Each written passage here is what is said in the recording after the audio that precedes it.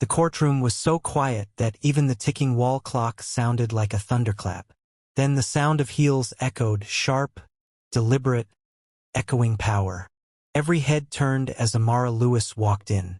She wasn't the type of woman who begged for attention, but she owned it the moment she entered. Her black fitted suit looked sculpted, her expression unreadable, and her long braids fell perfectly over one shoulder. Behind her, photographers clicked rapidly. It wasn't every day that Abuja witnessed a case involving $800 million and a marriage that had turned into a battlefield. Her husband, Desmond Lewis, was already seated, smug, handsome, and wearing the air of a man who thought he'd already won. His lawyer, a loud, confident man named Barrister Raymond Cole, whispered something into his ear, making Desmond smirk. "Mrs. Lewis," the judge called. "Please take your seat." Amara sat, crossing her legs, her face calm, but inside, she was a storm. Today was the day Desmond would finally see the kind of woman he had underestimated. 6 months ago, he had walked out of their mansion with another woman, her own assistant, Vanessa. They'd left Amara broken and humiliated. What Desmond didn't know was that the empire he wanted to steal wasn't built by luck, and it definitely wasn't his. It was hers. Every brick, every contract, every signature. The judge adjusted his glasses. "Mr. Desmond Lewis, your claim states that your wife, Amara Lewis, is mentally unfit to manage her properties, and therefore you seek transfer of ownership. Do you confirm this?" Desmond stood confidently. "Yes, my lord. My wife has suffered emotional instability since our separation. She's not capable of handling the financial responsibilities of her assets." A few murmurs rippled through the court. Amara lifted her gaze, meeting his eyes. Her calm stare made him uncomfortable for a moment, but he quickly looked away, pretending to check his cufflinks. The lawyer continued, "Your Honor, we have medical reports to prove her emotional imbalance." Amara's lips curved slightly. Her lawyer, Grace Porter, rose slowly. She was a woman of quiet power, with eyes that could silence a room. "Your Lordship," Grace began, "we acknowledge the documents submitted by the plaintiff, but we have evidence to show that Mr. Desmond Lewis has not only been deceitful, but has also been working under the very company owned by Mrs. Amara Lewis, a fact he deliberately hid to justify this malicious lawsuit." The courtroom buzzed. Cameras clicked. Desmond froze. "What nonsense is this?" he muttered, turning to his lawyer. Grace smirked and continued, "Your Lordship, the company Mr. Lewis works for, Diamond Real Estate Holdings, is fully owned by Mrs. Amara Lewis under a corporate trust. We have bank statements, ownership certificates, and digital records to prove this." The judge frowned. "Are you saying Mr. Lewis works for his wife?" "Yes, my lord," Grace replied. "Every paycheck he has ever received came from her business account." The courtroom erupted in gasps and whispers. Desmond's lawyer panicked. "Objection, Your Lordship. This is irrelevant to the property dispute." "Overruled," the judge said sternly. "If what she says is true, this changes everything." Desmond's jaw tightened. His world was collapsing in public view. Amara didn't blink. Her silence was more powerful than words. She remembered the day Desmond mocked her. The night he told her she was just a woman who got lucky. She remembered how he tried to push her out of her own home, how he called her crazy when she caught him transferring funds to an offshore account. He thought she'd break. He thought wrong. Desmond whispered furiously to his lawyer, "Fix this, Raymond. Do something." But there was nothing to fix. The truth was a roaring fire, and Grace had just poured gasoline on it. Amara finally spoke for the first time, her voice calm but slicing through the tension like a blade. "My lord, I built my life from nothing. I've been insulted, betrayed, and treated like a fool by a man who thought wealth meant control. But today, I'm not here to fight for what's mine. I'm here to remind him that power isn't about who yells the loudest. It's about who stays standing when the lies fall apart." Her words silenced everyone. Even the judge paused to study her. Desmond tried to speak, but his voice cracked. She's lying. I worked for that company for years. Without knowing, Grace interrupted smoothly, that your boss, Mrs. Adana Smith, was an alias registered under your wife's corporate portfolio. The company you tried to steal from was hers all along. The cameras went wild again. The judge pounded the gavel. Order. Order in the court. But the courtroom was a storm now. Journalists whispering, phones recording, lawyers staring in disbelief. Amara looked at her husband one last time. You should have known, Desmond. When you build your life on deceit, it always crumbles faster than you think. Desmond's confident mask broke. His lips trembled, his eyes darting toward the exit. Trapped. As she walked out of the courtroom, the media rushed at her. Mrs. Lewis, how do you feel? Is it true your husband worked for you all this time? Will you press charges? She didn't answer any of them. She just got into her black Mercedes and whispered to her driver, "Let's go home." From the rearview mirror, she saw Desmond standing outside the court, surrounded by reporters, looking lost, like a man who had just realized he'd been living inside a lie of his own making. Amara closed her eyes, leaned back, and smiled for the first time in months. Justice had just begun. To my amazing tales by Wealth family, if you're watching this right now, tell me in the comments what you would do if your spouse tried to steal your hard work. Would you forgive or let them face karma? Don't forget to like, subscribe, and share the story if you believe in destiny and justice. Desmond Lewis had always been a man obsessed with power. It wasn't love that drew him to Amara years ago. It was her aura, the quiet command she carried everywhere she went. Back then, she was the rising star of Abuja's business world, the mysterious young woman who'd built diamond real estate holdings from scratch. To everyone else, Desmond was charming, handsome, ambitious, a man of fine suits and smoother lies. But behind closed doors, his ambition was darker than anyone knew. He hated the idea that a woman had everything he wanted: respect, influence, and wealth. And worse, that she was his wife. It began subtly. He would forget to tell her about a new business meeting and attend alone. He would speak over her during investor calls, trying to sound like the real authority. And when journalists visited their home, he insisted on giving the interviews himself, saying things like, "My wife helps with the creative side, but I handle the serious business." At first, Amara ignored it.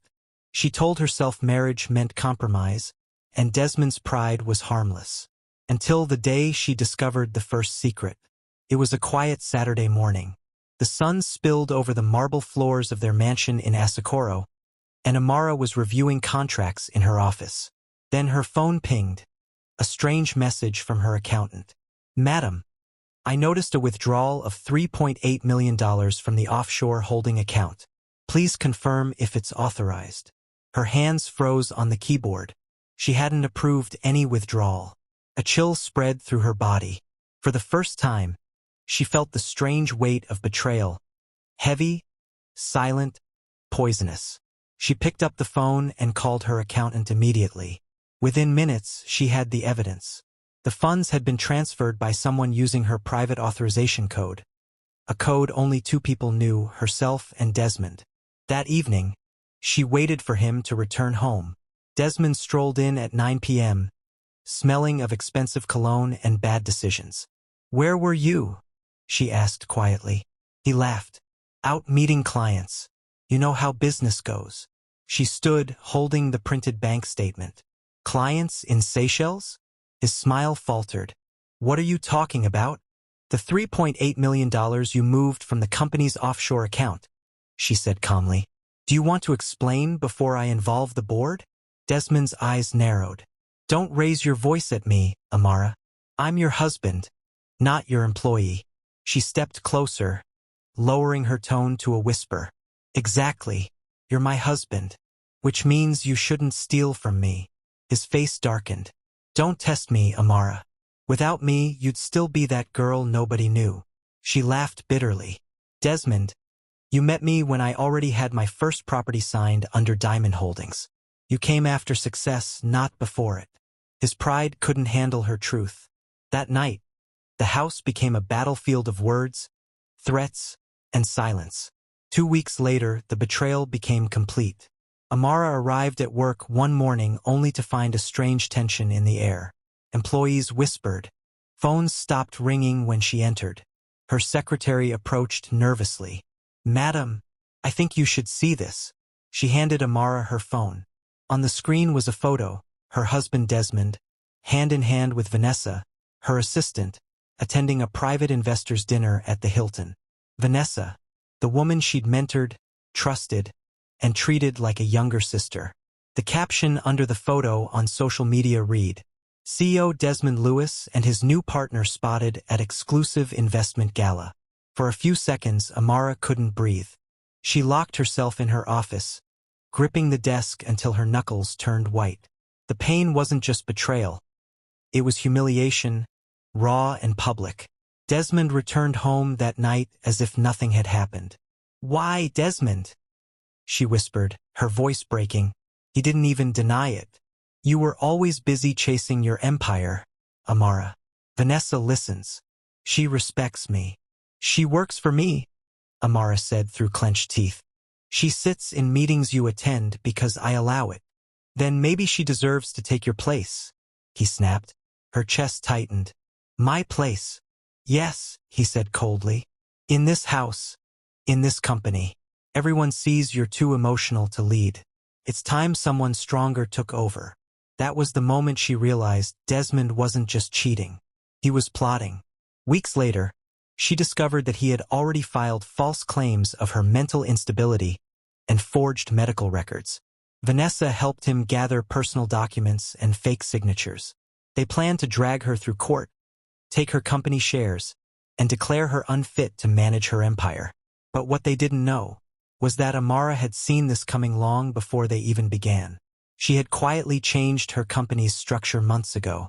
The official CEO on paper was listed as Adana Smith, a name no one connected to her. Under that name, she controlled every share, every transaction, every staff paycheck, including Desmond's. She had watched his plan unfold patiently, letting him walk right into his own trap. Now, as the memory burned in her mind, she sat alone in her car outside the courthouse after the verdict. The city lights of Abuja glowed against the tinted windows. Grace, her lawyer, sat beside her. "You handled yourself perfectly today." Amara smiled faintly. "This isn't over yet. I want him to know the pain of losing everything, not just his pride." Grace nodded slowly. "You're sure you still want to go through with the next step?" "Yes," Amara said softly. "He's still receiving salary from Diamond Holdings. Tomorrow, I want every account connected to his name frozen. No salary, no access, no status. Let him feel the emptiness he tried to give me." Grace looked at her with quiet admiration. "You're stronger than most people I know." Amara exhaled, her eyes fixed on the Abuja skyline. "Strength is easy when the people you trusted teach you not to have a heart anymore." Across the city, Desmond sat in his rented apartment. The same man who once lived like a king in a mansion filled with imported art. His phone buzzed. A message from Vanessa. "I can't keep doing this, Desmond. You promised me everything, but now you have nothing. I'm done." He threw the phone against the wall, his breath heavy. For the first time, he realized he wasn't fighting for love or justice. He was fighting for control. And now he had lost both. Amara watched the night deepen outside her window, her reflection mixing with the lights of Abuja. In her heart, there was no celebration, only silence. The silence of a woman who had been burned and was about to rise from her ashes, one move at a time. Desmond hadn't slept for days. The humiliation from court played in his mind on repeat. Amara's calm voice, Grace's devastating revelation, the reporters shouting questions he couldn't answer. He sat in the darkness of his apartment, eyes red, the remains of whiskey bottles littering the floor. Every time he closed his eyes, he saw Amara walking out of the courtroom with that quiet smile. The smile of a woman who had already won.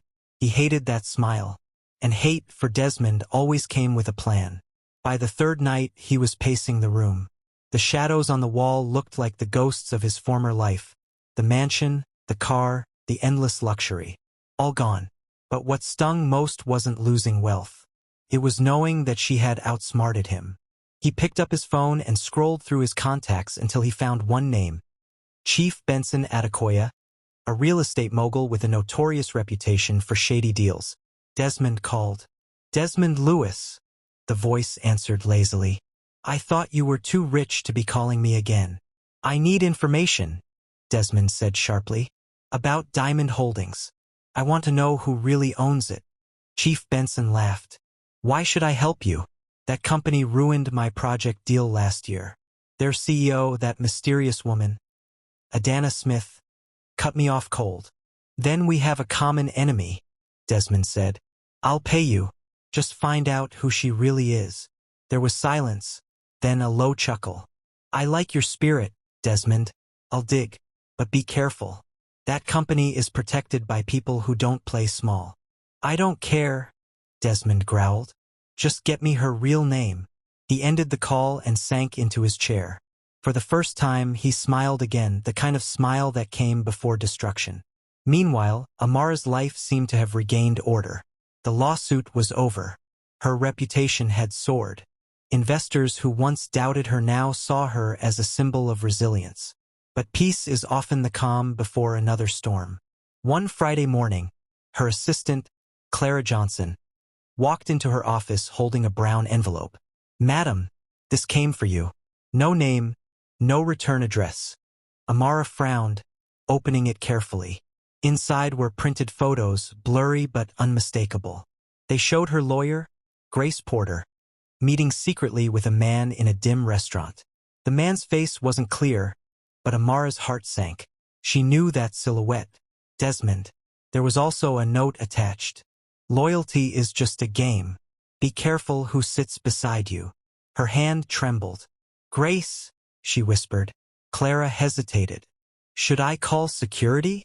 No, Amara said quickly. Not yet. She leaned back in her chair, staring at the photos. Grace had been her defender, her voice in court, her closest ally. Could it be true? Her instinct screamed no, but her scars from betrayal made her doubt everyone. Later that evening, Amara drove to her private penthouse in Maitama, a place no one but Grace knew about. She needed time to think. She poured herself a glass of red wine and stared at the city lights. What if Desmond wasn't done? What if he was still moving his pieces in the shadows? Across the city, Desmond met Chief Benson at a quiet lounge. I found her, Benson said with a grin. The mysterious CEO, Adana Smith, is your wife, Amara Lewis. Desmond froze. For a moment he couldn't breathe. Then slowly his grin returned. So she thought she could hide behind another name. Benson slid a folder across the table. Here's the full record. Business accounts, property transfers, offshore assets. But Desmond, I warn you, touching her now could backfire. She's legally untouchable. Desmond smirked. Legally, maybe, but reputation can bleed. He took the folder and left without another word. The next morning, social media exploded. A story broke on multiple blogs. Exposed. Female billionaire CEO's hidden identity. Amara Lewis is the face behind Diamond Holdings. Pictures of Amara leaving court, meeting investors, and old vacation photos flooded the internet. Comment sections went wild. People debated her wealth, her secrets, her power. Some admired her. Others accused her of manipulation. Amara's phone buzzed nonstop. Calls from the press, from investors, from old friends pretending to care. But the one call that made her heart sink was from Grace. Amara, listen to me, Grace said urgently. I swear I didn't leak this. Then how did it happen? Amara asked coldly. Because the only people who knew were you, me, and one man I divorced. Grace's voice broke. You think I'd betray you? After everything. I don't know what to think anymore, Amara whispered, hanging up. Desmond sat back, watching the chaos unfold on his phone. For the first time in months, he felt powerful again. He wasn't done, this was only the beginning. He called a journalist he had secretly paid weeks ago. "Run the second part of the story," he said. "The one about her company's fake records and offshore accounts." "But those aren't verified." The journalist hesitated. Desmond's tone dropped cold. "They don't have to be true. They just have to spread." By evening, Amara's name was trending across Nigeria. #Adana exposed. #the fake billionaire. Her company's shares dropped. 2 investors pulled out of an upcoming project. Her board demanded an emergency meeting.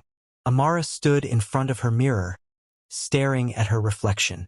This was no longer about love or marriage or pride. This was war. That night, she opened her laptop and made a call to her private investigator, Marcus Kane, a quiet man who owed her his loyalty. "Find out who leaked those documents," she said. "Trace every source, every IP, every shadow. And Marcus." "Yes, ma'am." "If Grace is involved, don't protect her." Marcus's tone hardened. "Understood." Amara closed her laptop and leaned back, her expression unreadable. Desmond thought he had exposed her, but he had no idea that he'd just given her a reason to fight like never before. By morning, she arrived at the Diamond Holdings headquarters dressed in white, sharp, powerful, untouchable. The kind of presence that silenced gossip and commanded fear. As she walked through the lobby, every employee stood in silence. Cameras clicked. Her assistant followed nervously. She walked straight to the conference room where the board had gathered. One of them, a nervous man named Mr. Phillips, began, "Madam, this situation." Amara raised a hand. "Gentlemen, relax. Scandal doesn't destroy truth. It only filters loyalty. Those who trust me will stay. Those who don't can resign." The room fell silent. She smiled slightly. "Now, let's get back to work." That same hour, Desmond received a court summons.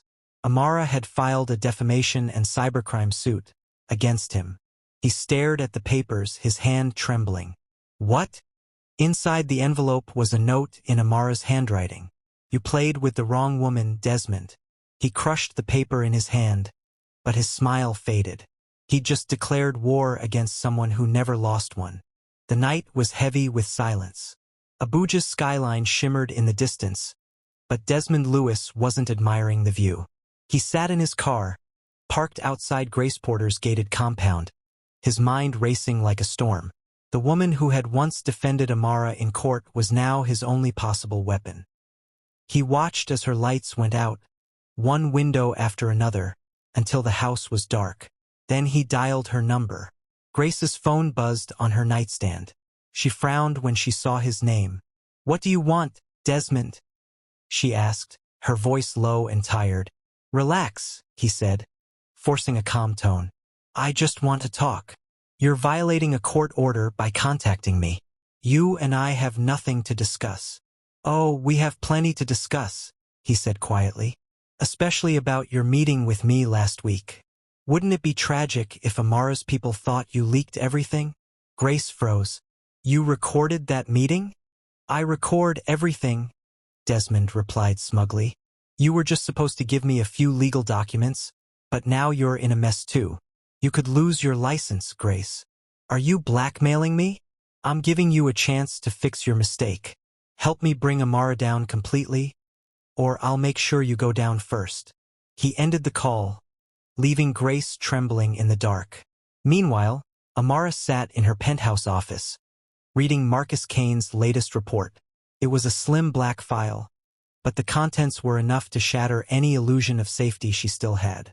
Grace Porter's bank account had received 3 anonymous transfers, 1 week before the leak. The source? A shell company registered under the name Vanessa Holdings. Her chest tightened.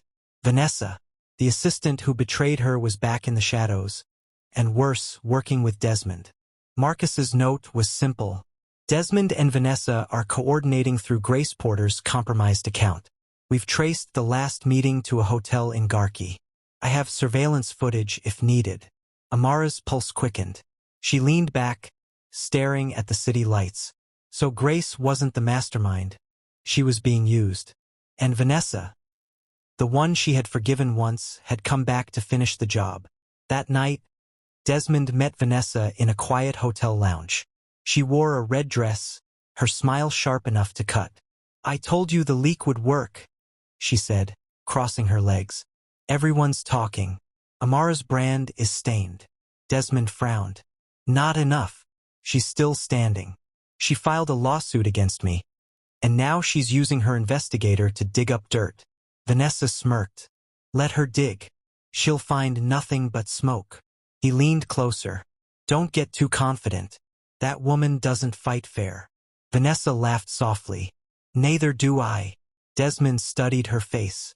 She was beautiful, cunning, dangerous. Everything Amara wasn't, and everything he thought he wanted. But deep inside, he didn't trust her either. At the same moment, Marcus Kane sat in his car across the street, camera in hand. He zoomed in on the pair, capturing every gesture, every whisper, every exchange of envelopes. He sent a single message to Amara. Confirmed. Desmond and Vanessa meeting at Westview Hotel. Evidence secured. Amara's reply came instantly. "Don't move yet. Let them finish digging their own graves." 2 days later, Grace showed up unannounced at Amara's office. Her usually perfect composure was gone. Her eyes were swollen from sleepless nights. "Amara," she said quietly, "we need to talk." Amara didn't stand. "You should have thought about that before you met with Desmond." "I didn't leak anything," Grace cried. "He forced me. He has recordings, things that could destroy my career. I made a mistake meeting him, but I never betrayed you." Amara's face softened slightly, but her tone stayed cool. "So you allowed him to manipulate you?" "I was trying to protect myself," Grace whispered. "But I can help you now. I can lead you to him and Vanessa. They're planning something bigger, something about your company's offshore accounts." Amara leaned forward. "What do they want?" Grace swallowed. "They want to prove you laundered money through Diamond Holdings. They've already contacted 2 journalists and a political figure to fuel the story." For a moment, Amara didn't move. Then she stood slowly, her calmness frightening. "Then let them come," she said, "because I'm ready for them." By evening, Amara's team of lawyers, Marcus, and her financial security director were all in her penthouse boardroom. The mood was tense. Marcus projected images from the hotel, Desmond and Vanessa exchanging envelopes. Her director explained, "They're fabricating documents. They'll try to use fake audit trails to suggest illegal transfers between Diamond Holdings and a government contract." "Perfect," Amara said quietly. "Let them. Because by tomorrow, every legitimate transaction I've ever made will be made public by me." Grace looked confused. "You'll expose your own records?" Amara nodded. "Yes, before they can twist them. I'll host a live press conference, release every financial statement, and let transparency destroy their lies." The next morning, Abuja buzzed with the announcement. Billionaire Amara Lewis to address allegations in live global broadcast. Crowds gathered outside the Diamond Holdings Tower. Reporters lined the streets. At exactly 10 a.m., Amara stepped onto the stage in a cream suit, her confidence radiating through every camera. "Good morning," she began. "There's been a lot said about me, about secrets, power, and lies. So today, let me tell you the truth myself." She clicked a remote, and behind her, a giant screen displayed years of financial reports, tax filings, and investment records. "I've been accused of crimes I didn't commit. But what my accusers forgot," she said, pausing, "is that I document everything." The crowd murmured. Journalists leaned closer. "My company has funded housing for thousands of families across Nigeria. My profits are clean. My records are open. But you want to know what's really dirty?" She turned, looking straight into the camera. "The ones who tried to destroy me, men who stole, lied, and manipulated, have forgotten that truth always finds them. And it's about to." Her tone was calm but lethal. Desmond, watching from his apartment, felt his stomach twist. Vanessa's confident smirk slowly faded. Later that evening, Amara's legal team filed a criminal complaint with the EFCC, attaching Marcus's footage of Desmond and Vanessa exchanging money, and records of their fake documents. A storm had officially begun. Grace looked at Amara after the documents were sent. "You've just turned the tables completely." Amara smiled faintly. "No, Grace. I just reminded them who they're dealing with." That night, as rain began to fall over Abuja, Desmond's phone rang again. He answered nervously. "It's Benson," the voice said. "You need to leave town. The EFCC has your name on their radar." Desmond gritted his teeth. "I'm not running." "Then you'll drown," Benson replied coldly. "You started a war with a woman who fights like the law itself." The call ended. Desmond sat there, staring out the window. For the first time, fear crept into his chest. Slow, cold, undeniable. Across the city, Amara watched the same rain fall outside her window. Marcus entered quietly. "All evidence is secured, ma'am. By morning, the authorities will move in." Amara nodded slowly. "Good. But Marcus." "Yes."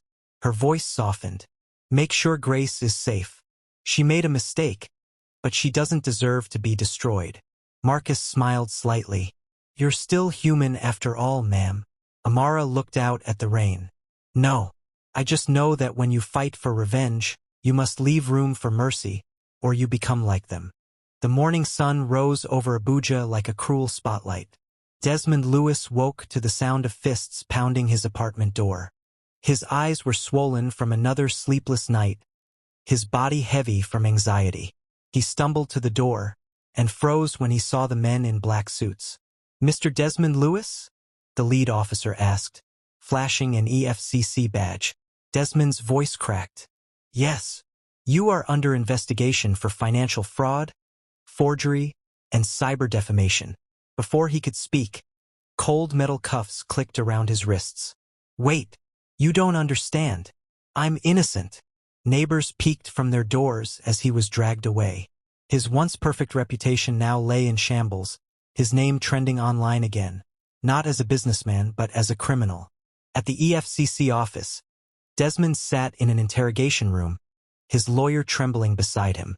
Across the table, an officer dropped a thick file. Inside were screenshots, surveillance images, and payment records. Desmond's heart sank when he saw the footage.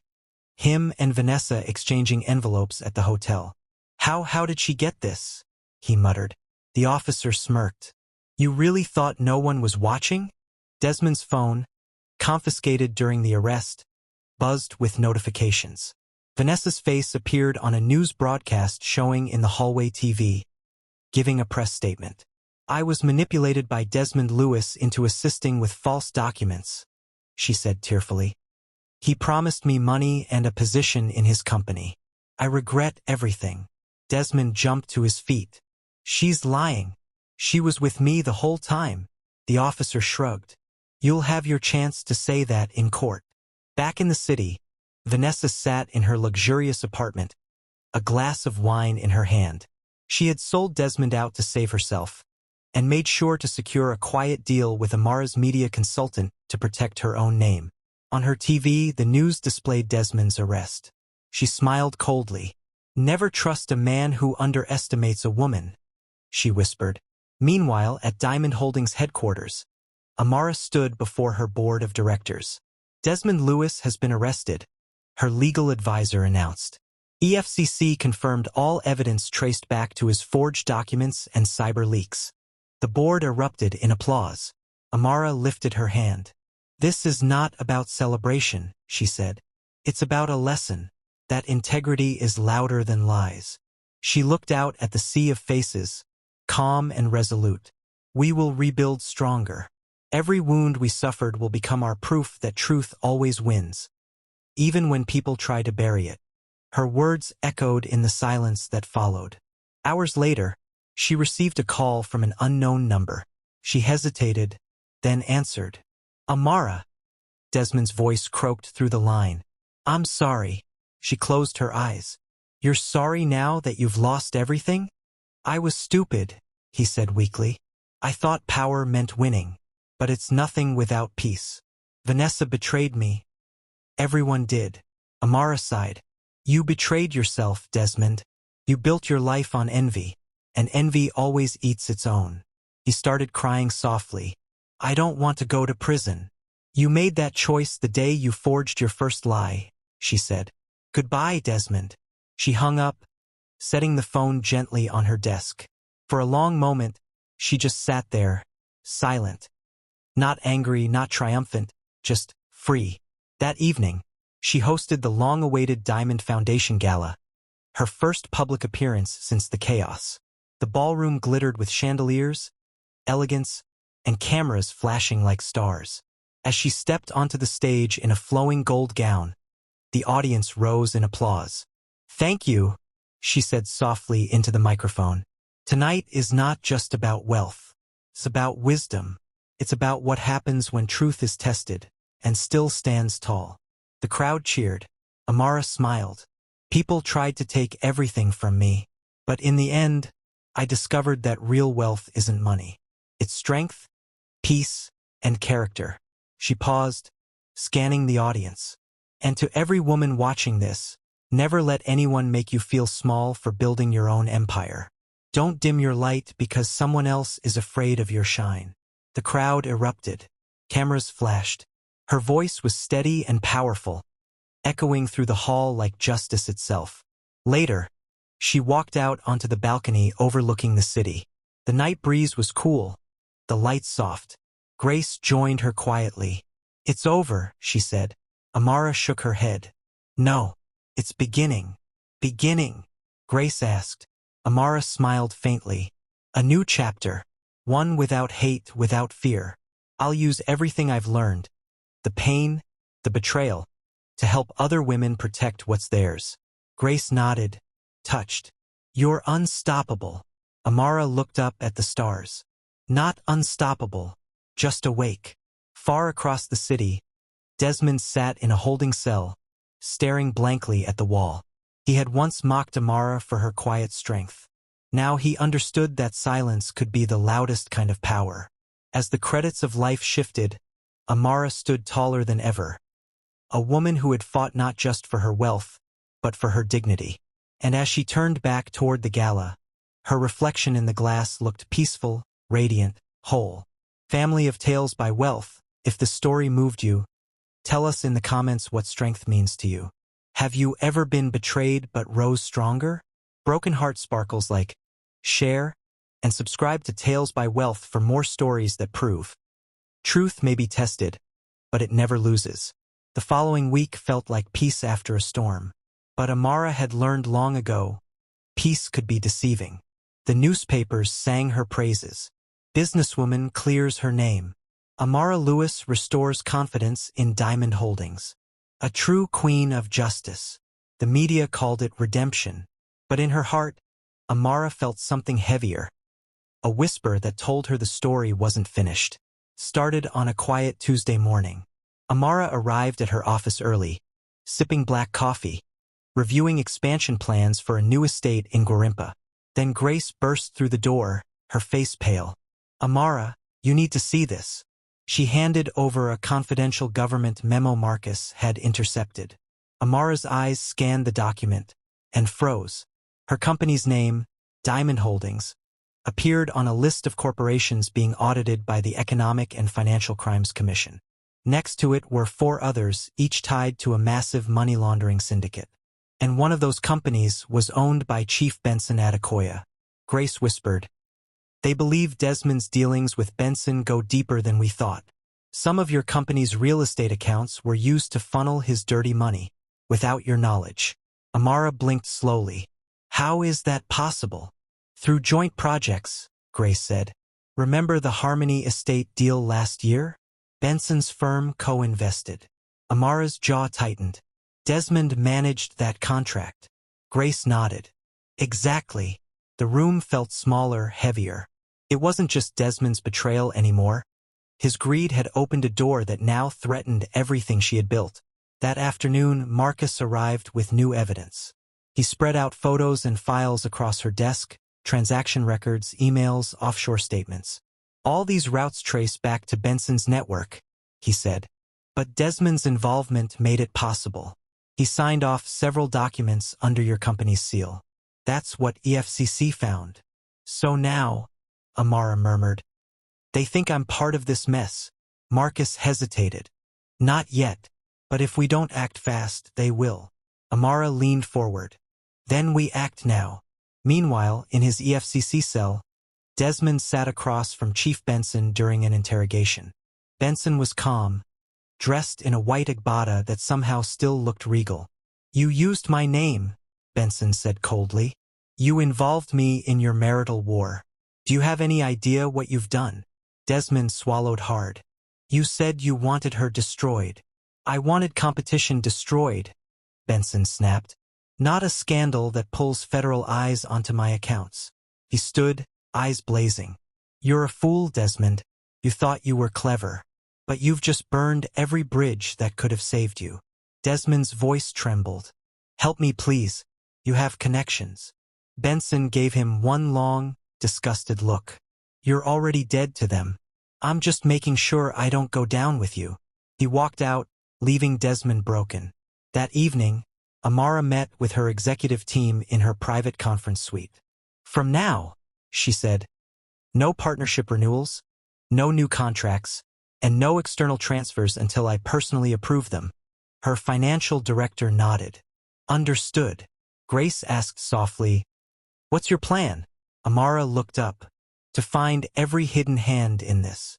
If there's dirt in my company, I'll clean it myself, even if it means starting over. The determination in her voice silenced everyone. At midnight, she sat alone, scrolling through old emails on her encrypted laptop. Suddenly, one message caught her eye. An old internal memo signed by Desmond and co-approved by Benson's firm. It looked ordinary at first glance. But Marcus's trained eye spotted something strange. Wait, look at the email address. Amara zoomed in. The sender's domain was slightly altered. Not at diamondholdings.com, but at diamondholdings.com. Missing one letter. A clone domain. Her breath caught. They created a fake version of my company's domain to process transactions. Marcus nodded grimly. And used your digital signature to authorize them. That's how they framed your company in Benson's laundering. Amara stared at the screen, fury boiling under her calm face. Then I know what I have to do, she said. The next morning, she walked into EFCC headquarters unannounced. The officers stared in shock as she entered in a gray suit, holding a brown folder. I'm here to cooperate, she said. But I also have evidence that will change your case. Within an hour, she was in a private room with the lead investigator. She opened the folder. Inside were screenshots, timestamps, and fake domain registrations. This is how they did it, she said clearly. They cloned my company's system and used it to launder funds under my name. The investigator studied her quietly. You understand what you're doing? This could put Benson's entire network in flames. Amara's tone was steady. Then let it burn. By evening, EFCC agents raided Benson's mansion in Asakoro. The news spread like wildfire. Business tycoon Benson Adekoya arrested in connection to Diamond Holdings' fraud network. New evidence from CEO Amara Lewis exposes nationwide laundering ring. It was chaos. Reporters camped outside her office again. Investors called to congratulate her bravery. But Amara wasn't celebrating. She was exhausted, her eyes red from nights without sleep. She stood by her window, watching police sirens flash in the distance. Grace entered quietly. It's over, she said softly. Amara shook her head. It never really ends. You clean one mess, another appears. But at least this time it's not because of love. It's because of truth. Grace smiled gently. You're stronger than all of them combined. Amara looked out at Abuja's lights. Calm, fierce, unbroken. No, Grace. I'm just finally free from their shadows. The camera of fate panned out, showing Amara standing tall over a city that once tried to bury her. Her empire, though tested, still stood. A monument of resilience, truth, and quiet strength. The morning after Benson's arrest, Diamond Holdings was unusually quiet. The staff moved carefully, whispering in hallways, unsure if they should celebrate or hide. The storm that had threatened to destroy the company had passed, or so they thought. Amara arrived early, her heels echoing against the marble floors. Her assistant, Clara, handed her a fresh report. "Madam, Marcus requested an urgent meeting. He said it's about the investigation." Amara frowned. "So soon?" Clara nodded. "He said it couldn't wait." Minutes later, Marcus entered her office, his expression grim. He placed a small flash drive on her desk. "Before Benson's arrest, I traced one last set of emails sent from the cloned company domain. They were routed through an internal network, from inside Diamond Holdings." Amara's pulse quickened. "You're saying someone in my own office helped them?" Marcus nodded. "Someone with high-level clearance. The trail ends with the same employee ID that signed off on the Harmony Estate partnership." Amara's mind raced. "That deal was managed by—" She stopped mid-sentence. "Grace." For a long moment, silence filled the room. Marcus hesitated. "I didn't want to believe it either, ma'am. But the data doesn't lie." Amara stared at the flash drive. Her heart twisted painfully, not because of the betrayal, but because of the irony. Grace had stood beside her in court, helped her rebuild her image, even cried for her. "How deep is it?" she whispered. Marcus exhaled. She wasn't part of Benson's laundering ring at first. But months ago, when Desmond started working with him, she got involved, probably for money or protection. My files show she approved at least 2 fake authorizations. Amara leaned back in her chair, covering her face with both hands. She said she was blackmailed. Maybe it started as fear. Marcus spoke softly. "Maybe, but it didn't end that way." Later that evening, Amara drove to Grace's house unannounced. The city lights blurred past her windshield as rain began to fall. She parked outside, watching through the gate as Grace stepped onto the porch, startled to see her. "Amara," Grace said, walking closer, umbrella in hand. "You shouldn't be here." "Why?" Amara interrupted, her tone steady but sharp. "Afraid someone might see you with me again?" Grace's face fell. "Please. It's not what you think." "Then explain," Amara said.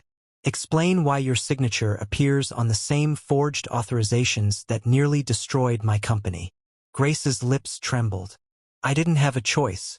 Benson threatened my family. My brother owed him money. He said he'd hurt him if I didn't help." Amara's voice cracked slightly. "And you didn't trust me enough to tell me?"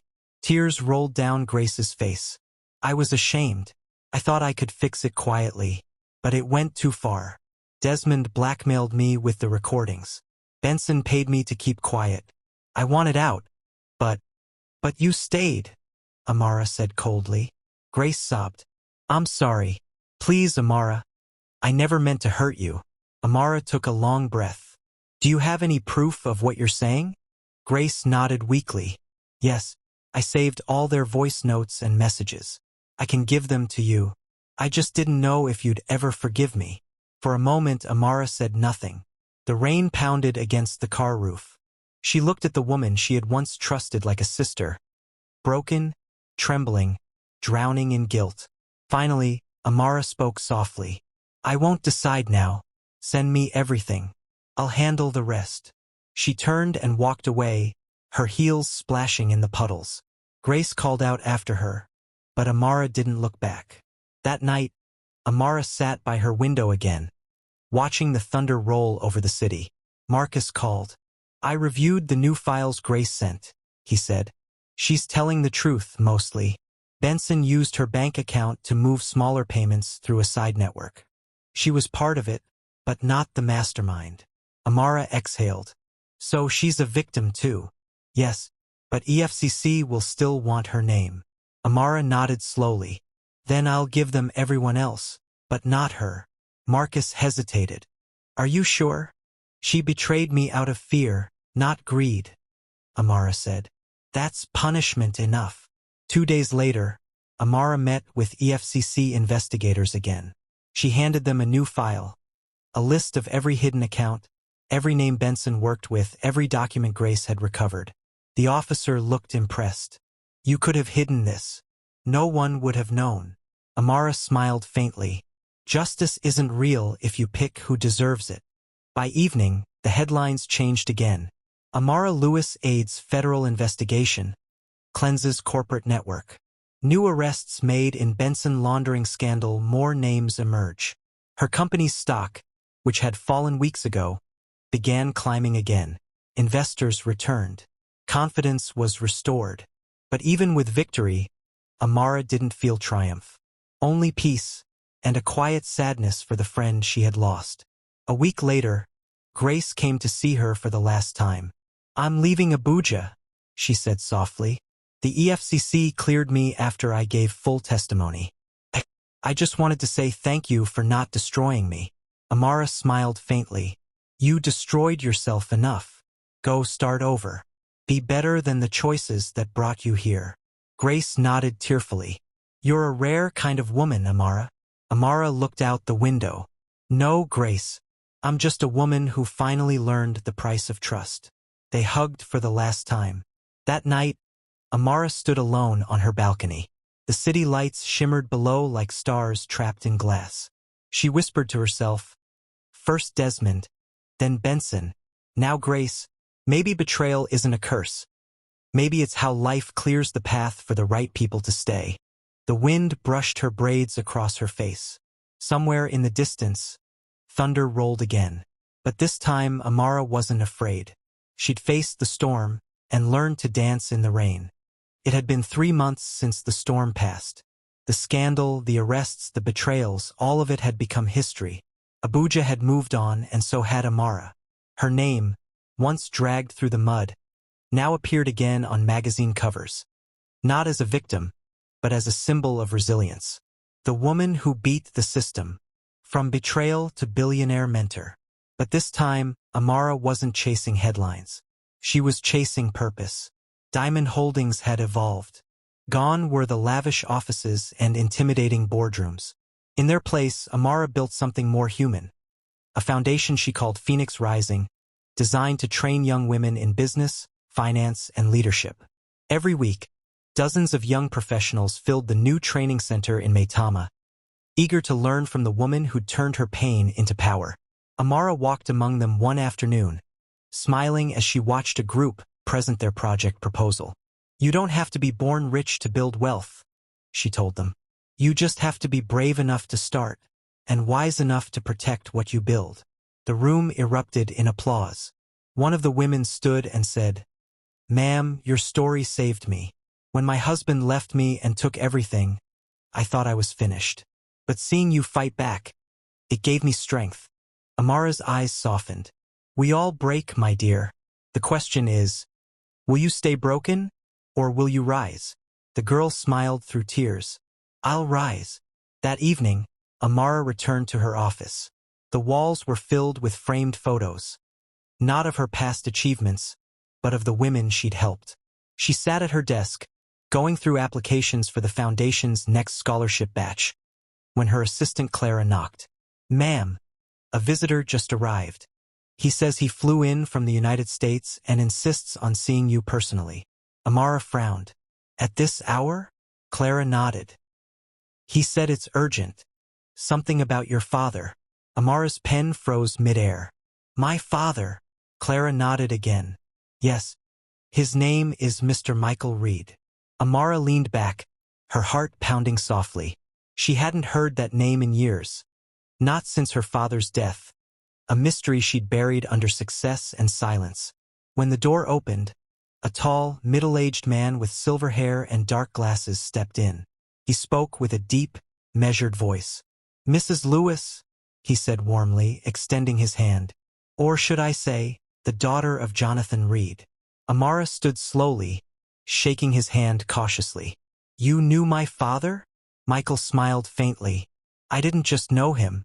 I worked for him. I was his financial advisor and his friend." Amara frowned. "That's impossible. My father died with nothing. He left us in debt. My mother struggled for years after he passed." Michael sighed, placing a thick brown envelope on her desk. "That's what you were told. But the truth is, your father was far from broke." Amara blinked. "What are you saying?" "I'm saying he hid a fortune before he died," Michael replied. "He feared the people he worked with, corrupt officials, businessmen who wanted him silenced. Before his death, he transferred his wealth into coded offshore accounts, using your birth date as the encryption key. Amara's pulse raced. You're telling me my father left me money? Not money, Michael said quietly. An empire. Amara sat back down, her breath shaky. Why now? Why come to me after all these years? Michael's eyes darkened. Because the people your father hid from, they've started looking for what he left behind. And the moment your name reappeared in headlines, they knew where to start. Amara's stomach twisted. You mean the same network Benson was tied to? Michael nodded gravely. Exactly. Benson was a small part of it. But there are bigger hands behind the scenes, people your father once worked with. They know you're his daughter. They know you're the key. For a moment, silence hung heavy in the air. Amara whispered, So this isn't over. Michael leaned forward. No, Amara. It's just beginning. Later that night, Amara sat alone in her penthouse, staring at the envelope. Inside were old photos of her father, standing beside powerful men she didn't recognize. There were also old business contracts, offshore records, and one handwritten letter addressed to her. She opened it with trembling hands. My dearest Amara, if you are reading this, it means the world has finally revealed its true face. I made mistakes, trusted the wrong people, but I built something I wanted you to protect. Not for greed, but for justice. The same people who destroyed me will come for you. When they do, don't run. Stand like I taught you. A tear slipped down her cheek. She whispered, Oh, Papa. You knew. The next morning, she met with Marcus. He scanned the documents, his expression tense. This changes everything. If this is real, your father's wealth is tied to the same corrupt network the government's still hunting. So they'll come after me, Amara said. Marcus nodded. And they won't stop. Amara looked out the window, her voice low but firm. Then I won't either. That night, she called a private meeting with her inner circle. We've been fighting one battle, she said. But my father left me a war. Her eyes burned with quiet determination. We're not just defending Diamond Holdings anymore. We're uncovering the truth behind everything. Even if it means tearing down every lie that built this city. Grace, now back as a consultant for the foundation, looked at her in awe. Amara, this could be dangerous. Amara smiled faintly. So was surviving betrayal. I'm used to danger. The camera of fate zoomed out, showing Amara standing by her office window, the lights of Abuja glittering like gold beneath a dark sky. Her reflection stared back at her. Stronger, wiser, unbreakable. This wasn't the end of her story. It was the beginning of a legacy her father had left for her to finish. The night air in Abuja carried a strange weight, one that pressed down on Amara's chest as she stared out of her office window. The envelope from Michael Reed sat open on her desk, its contents spread across a map of West Africa. Red pins marked secret investment sites, abandoned warehouses, and forgotten corporations her father had once owned.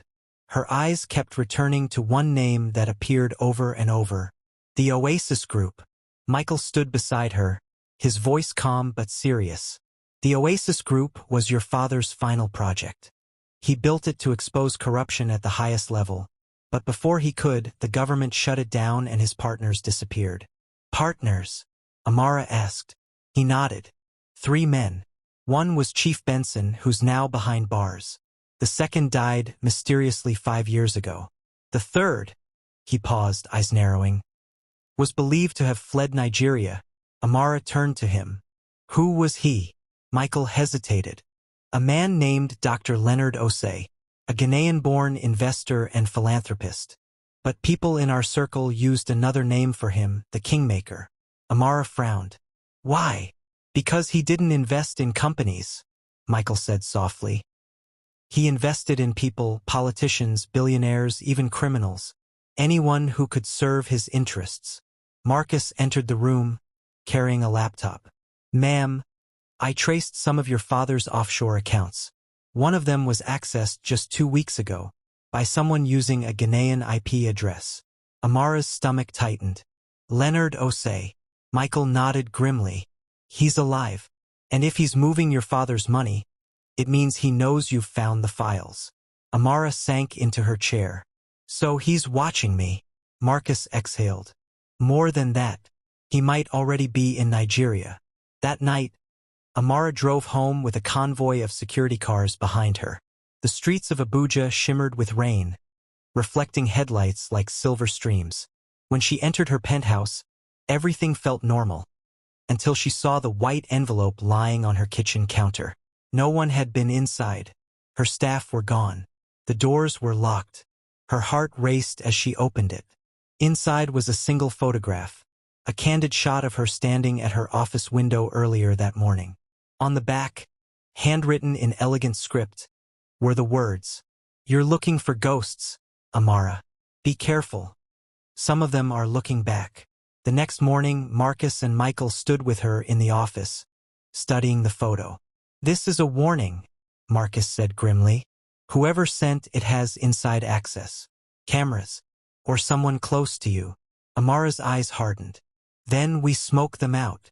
She ordered a full sweep of her building, new surveillance, background checks, restricted access for all employees. But the unease in her chest didn't fade. 3 days later, her phone rang in the middle of the night. She answered groggily. "Hello." A deep, unfamiliar voice spoke. "Your father was a good man, but his curiosity killed him." Amara sat up. "Who is this?" The voice chuckled softly. "Let's just say I admired Jonathan Reed. I also warned him to stop digging. He didn't listen. Don't make the same mistake." The line went dead. She sat in the darkness, her pulse thundering. The city outside was silent, but she could feel eyes everywhere. The next day, Amara and Marcus traveled to her father's old property on the outskirts of Abuja, a neglected estate that had been abandoned for years. The walls were cracked, vines crawling up the old gates. Inside, dust coated the furniture, and cobwebs hung like curtains. But as they explored, Marcus found something strange. A hidden room behind the study bookshelf. They pushed it open, revealing a small office lined with ledgers, maps, and old computer drives. Amara's breath caught. This was his secret study. Marcus plugged one of the drives into his laptop. Files began appearing, reports, names, transaction records, and one folder titled, "Oasis Final Report." He clicked it open. On the screen appeared photos of political figures, judges, and businessmen, all linked to one name, Leonard Osei. Then they saw something that made both of them freeze. A scanned image of a recent newspaper clipping from Ghana, showing Dr. Leonard Osei shaking hands with an Abuja senator at a public event. "He's here," Marcus whispered. Amara's voice was barely a whisper. "And he's still doing business." That evening, she met Michael at a private cafe downtown. "He's alive," she told him. "And he's not hiding anymore. He's moving through politics, through charity projects, through the same network my father tried to expose." Michael's jaw tightened. "Then you're in danger." "I'm always in danger," she said quietly. "But I won't stop. If my father died protecting this truth, I'll finish what he started." Michael nodded slowly. "Then you'll need allies, not just here, internationally. I can connect you to people who owe your father their lives." Amara looked at him, eyes fierce. "Then we start tonight."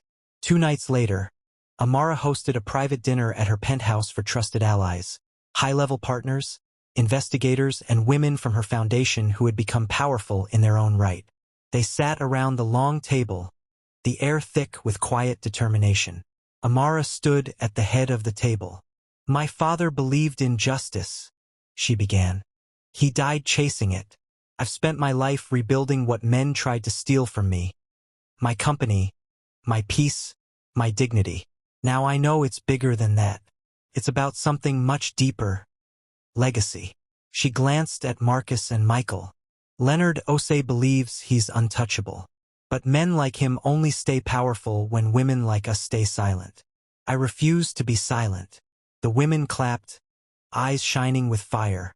Later that night, after everyone had left, Amara walked out onto her balcony. The city stretched before her, alive and glowing. Yet she could feel the storm approaching again. She whispered to herself, I don't fear him. My father faced monsters. Now it's my turn.